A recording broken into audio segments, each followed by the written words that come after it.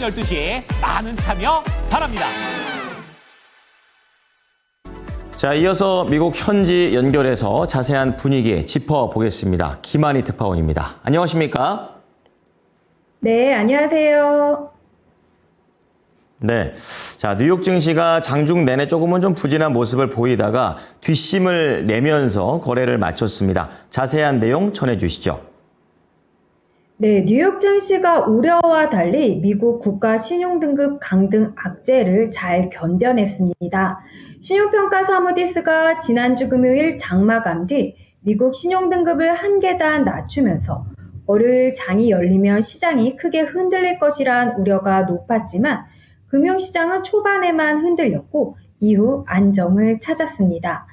뉴욕 증시 3대 지수는 소폭이기는 하지만 모두 올랐는데요. 오늘 뉴욕 증권거래소에서 다우존스 30 산업평균 지수는 전 거래일 대비 0.32%, S&P 500 지수는 0.09%, 나스닥 지수는 0.02% 상승한 채 거래를 마쳤습니다. 매그니피센트 7 빅테크는 테슬라와 애플만 빼고 모두 올랐습니다. 애플은 법무부의 구글 소송으로 연간 200억 달러가 넘는 수수료를 포기해야 할 수 있다는 우려 속에 약세를 이어갔습니다. 법원이 법무부 주장을 받아들여 구글이 애플 아이폰 사파리 브라우저의 디폴트 검색 엔진 계약을 파기하면 애플은 연간 200억 달러 넘는 수수료를 못 받게 됩니다. 이에 애플은 1.17% 하락 마감했습니다. 지난주 17%, 5월 들어서는 24% 주가가 폭등한 테슬라는 차익 실현 매물 속에 2.25% 하락한 채 거래를 마쳤습니다. 반면 엔비디아는 초반 약세를 딛고 상승에 0.13% 오르는 등 대부분 종목들이 강보합 마감했습니다.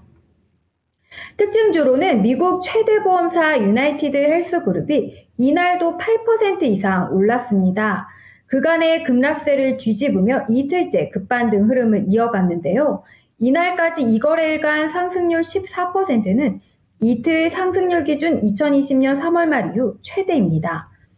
미국 온라인 커뮤니티 서비스 업체인 레딧은 투자은행 웰스파고가 투자 의견을 하향 조정한 여파로 개장 전 7% 이상 떨어지다가 4.63% 하락 마감했습니다. 노바백스는 코로나 백신이 최종 승인을 받으면서 주가가 15% 폭등했는데요. 노바백스 백신은 65세 이상과 코로나 고위험군에 속하는 기저질환이 하나 이상 있는 12에서 64세 환자 등 두 가지 범주의 환자에게만 사용하도록 승인됐습니다.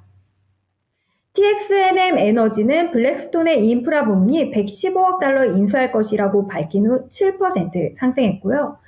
관세를 걱정하자 트럼프가 관세를 흡수하라는 경고를 받은 월마트는 0.12% 내렸고 지난주 금요일 사상 첫 시가총액 5천억 달러 돌파 기념비를 세운 넷플릭스는 오르내림을 반복한 끝에 0.01% 오른 강보합 마감했습니다.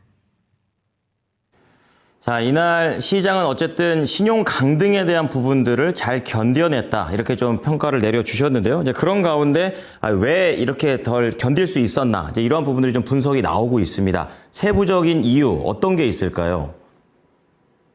네, 오늘 시장은 무디스의 신용등급 하향 여파에 주목했는데요. 무디스는 지난주 금요일 연방정부 부채 급증을 지목하며 미국의 국가 신용등급을 최고등급에서 한 단계 하향 조정했습니다. 이로써 미국은 피치, S&P에 이어 3대 신용평가사로부터 모두 최고 신용등급 지위를 잃었습니다. 트럼프 대통령의 불확실한 관세 정책에 이어 국가 신용등급 강등까지 겹치며 달러 자산이 하락하는 셀 아메리카가 재점화될 수 있다는 우려가 짙어졌었는데요.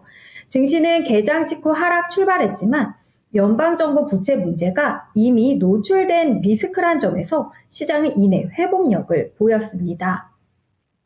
베어드의 로스 메이필드는 무디스 보고서는 모든 투자자들이 이미 알고 있는 미국 재정 상황에 대해 새로운 내용을 담지 않았다면서 시장이 잠시 숨을 돌릴 수 있는 약간의 틈을 제공했을 뿐 향후 6에서 12개월간 우리가 예상하는 강세장 전망을 구조적으로 바꿀 만한 내용은 아무것도 없었다고 평가했습니다. 펀드스트레 글로벌 어드바이저스의 토마스 리도 무디스는 우리가 이미 알고 있는 사실을 언급했기에 놀랄 만한 일은 없다면서 추가 정보가 없기 때문에 주요 채권 운용사 누구도 놀라지 않을 것이라고 말했습니다. 일각에서는 미국 부채 위험을 과소평가해서는 안 된다는 경고도 제기됩니다. 세계 최대 헤지펀드인 브리지워터 어소시에이츠의 설립자인 레이 달리오는 신용평가는 정부가 부채를 상환하지 않는 위험만 평가한다는 점에서 신용위험을 과소평가한다며 신평사는 국가가 빚을 갚기 위해 돈을 찍어내고 이로 인해 채권 보유자가 화폐 가치 하락으로 소실을 볼 수 있는 위험은 포함하지 않는다. 미국 정부 부채 위험은 훨씬 더 심각하다고 경고했습니다. 미국 최대은행 JP모건 최고 경영자인 제이미 다이먼도 미국의 막대한 재정 적자, 트럼프의 관세, 지정학적 불안에 관해 시장이 지나치게 느긋해야 하고 있다고 비판했는데요. 그는 오늘 같은 이런 상승 흐름이 오래 갈 수 없다고 경고했습니다. 그러면서 S&P 500 지수 편입 기업들의 순이익이 트럼프가 관세 정책을 들고 나온 뒤 감소하기 시작했고 앞으로 불확실성 속에 기업들의 순이익 하향 또는 전망 하향이 줄을 이을 것이라고 우려했습니다.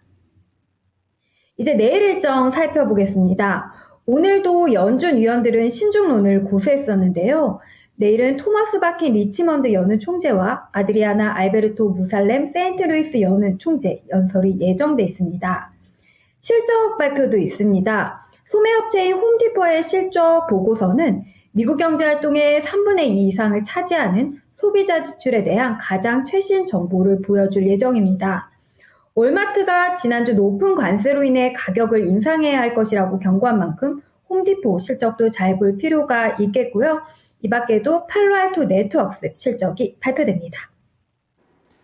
자, 내일도 발언과 실적들 잘 지켜보겠습니다. 오늘 말씀 감사합니다.